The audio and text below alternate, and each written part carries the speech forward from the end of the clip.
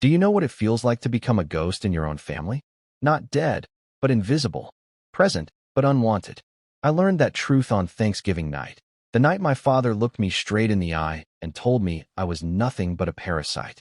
One word from him, and the room collapsed into silence so heavy I could hear my pulse pounding louder than the ticking clock in the hallway.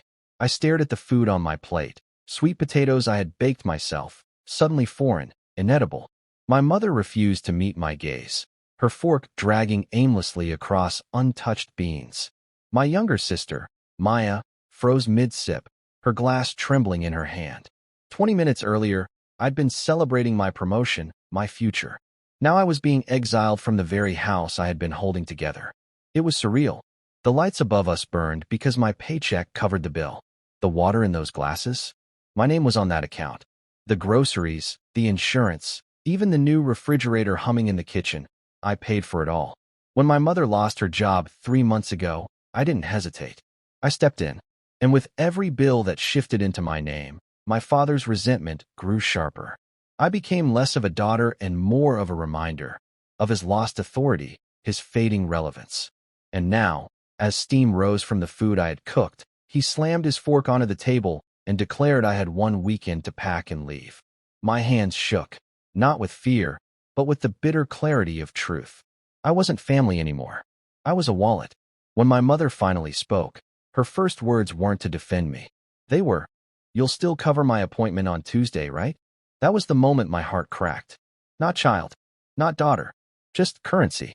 That night, while the house slept, I packed in silence. Sweaters folded with mechanical precision. Receipts stacked neatly, proof of everything I had carried. And then, buried beneath my documents, I found them. Bank statements. My father's name. Balance. Climbing month after month. While my savings drained into their survival, he had been stashing thousands into a secret account. Next to it, a glossy boat brochure, blue ink circling a down payment amount. Delivery scheduled, ironically, for the week after Thanksgiving. My vision blurred. While I rationed instant noodles and stretched every dollar, he was saving for a fishing boat. My sacrifice had been nothing but convenience for his indulgence. A soft knock broke me from the spiral. My sister slipped into the room, eyes wide. "You're really leaving?" she whispered. And then, without meeting my eyes, she confirmed the worst. She had overheard the plan weeks ago. They had waited deliberately until I paid November's bills before cutting me loose. And the medical visits I'd been covering for our mother?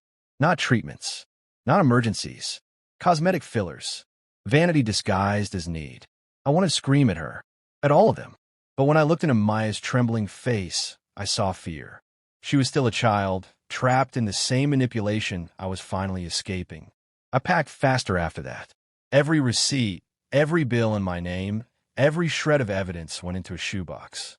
Proof of the life I built and they leached from. My father thought he could erase me from this house, but he couldn't erase the truth.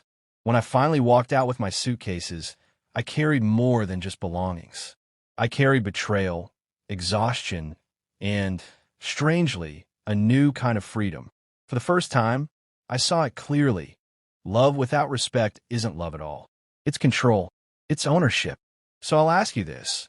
If the people who raised you, the people who should have loved you unconditionally, revealed they only valued your money, what would you do? Would you fight for a seat at their table? Or would you finally walk away and build your own? Because that's the choice I made. And it still haunts me every single day.